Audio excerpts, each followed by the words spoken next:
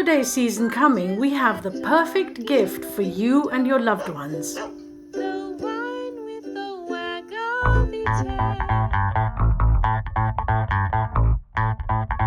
Good morning, everyone, and welcome to the Right Way After Party. We're so glad that you're here. I'm Kath. And I'm Nick. And we are thrilled to have Jackie Richards with us, who is going to talk to us about her new book, which I believe she has handy somewhere there, and she can lift it up and show it.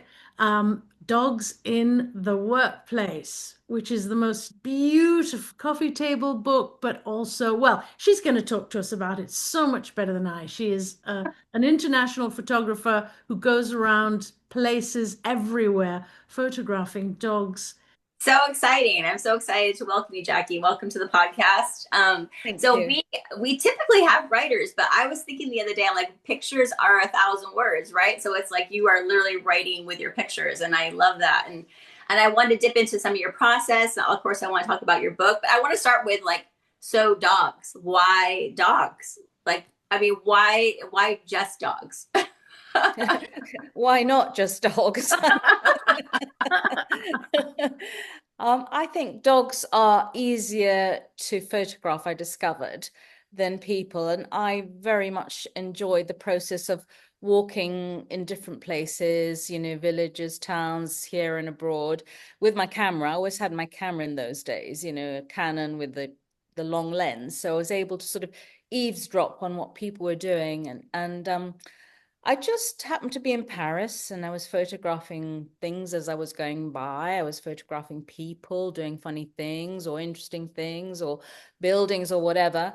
And then there was a scenario that appeared before me, and I happened to have my camera out.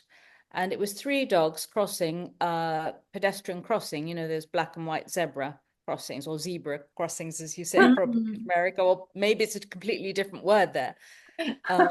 So anyway, and these three dogs were crossing, but the one in front had a man pouch in its mouth, was carrying a man pouch. And the one behind, the sort of medium-sized dog, was carrying the smallest dog's lead in its mouth. Oh God. And I just happened to snap that moment. I thought, The wow, family. they're so much more interesting. I don't have to get permission to photograph dogs. I mean, that's all going to change going forwards, but that was my initial criteria for photographing dogs. Okay. And I love that. It's like a little family of dogs walking through the street. that leads me to my next question. My next question was, is there a particular breed of dog that's easier to photograph than others? Have you noticed that? I could only say it in a negative way, in that the hardest dog to photograph, as most people must know, is a black dog. Okay. Because there are very few nuances. The light falling on the fur doesn't always light up, so you have to either overexpose or make sure they're in good lighting.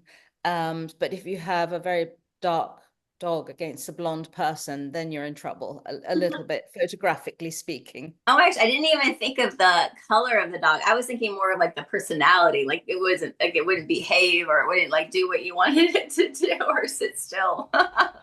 Well, this is the extraordinary thing, and this comes from after many years of photographing dogs and their owners, which is how the project ended up being. So I just decided that this might be a fun way to go. It was focusing um, my reason to go out and photograph, and it just made it more fun for me to go out and walk about and just think of something to do. And it started all off in shops, and so when I went into to shops to photograph dogs, I wasn't particularly looking for a breed, and the breeds are not necessarily, they're all different. As you know, dogs are different, humans are different. But Yeah. the one thing in common they have is, that I've discovered after many years of photographing dogs in workplaces, is they have this incredible link with their owners. None of the owners ever raise their voices to their dogs. They just say, come, in a very calm voice. I don't remember using that voice with my dog. Just come, and very almost whispered, come here and, roll over, sit down, do this. They were completely in tune the owners with the dogs. So it made it very easy to photograph the dogs. The problem was sometimes the owners. Yeah. The dog owners. Were they were being overprotective of their dogs, or they were like just wanting their dogs to do certain things for the photographs, you think? They didn't sort of have to over insist. You know, if I wanted my dog to sort of sit down and he wouldn't sit, it was like, sit. And now they'd just say, they'd wait, and it would happen. And this was the amazing thing. And it taught me a lot about how you can be so connected to your dog. But going back to the owners, they would then say, because I'd say, look, this project is about dogs and their owners. And owners would think it's about them. And so they'd immediately say, oh, I haven't got my makeup on today, or, oh, you caught me at a bad moment. And I said, look, here's the thing. It's really essentially about the dog. You come second, you're in the background, the dog's always in the foreground. So if you haven't, you know, combed your hair or whatever, it doesn't matter. It's about your dog, really.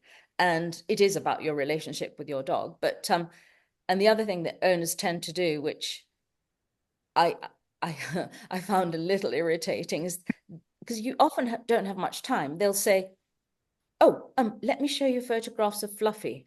And out comes the mobile phone with like, and I'm going, no, we've got to, you know, I'm taking the photographs now. I don't want to see hundreds of photographs of your dog. And plus, some of them were nicer than ones I could ever possibly take of theirs. So I said, let's just carry on. Oh, I love that. I love that.